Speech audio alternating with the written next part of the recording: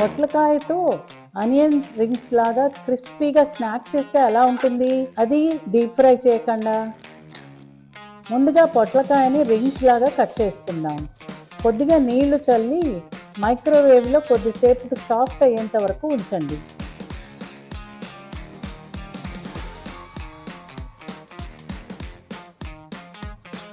ఇప్పుడు అసలు ట్విస్ట్ మొదలవుతుంది. ఫ్రైయింగ్ ప్యాన్ కాదు, డీప్ ఫ్రైయర్ కాదు. ఈ రింగ్స్ని మినీ డోనట్ మేకర్లో తయారు చేస్తున్నాను.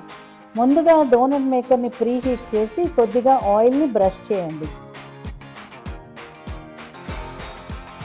ఇప్పుడు ఒక సింపుల్ బ్యాటర్ తయారు చేసుకుందాము. ఈ శనగపిండిలో ప్రతి రింగ్ని బాగా కోట్ చేయండి. దానిలో మీరు కావాల్సిన స్పైసెస్ వేసుకోండి. ఈ రింగ్స్ని బాగా కోట్ చేశాక అందులో వేయండి.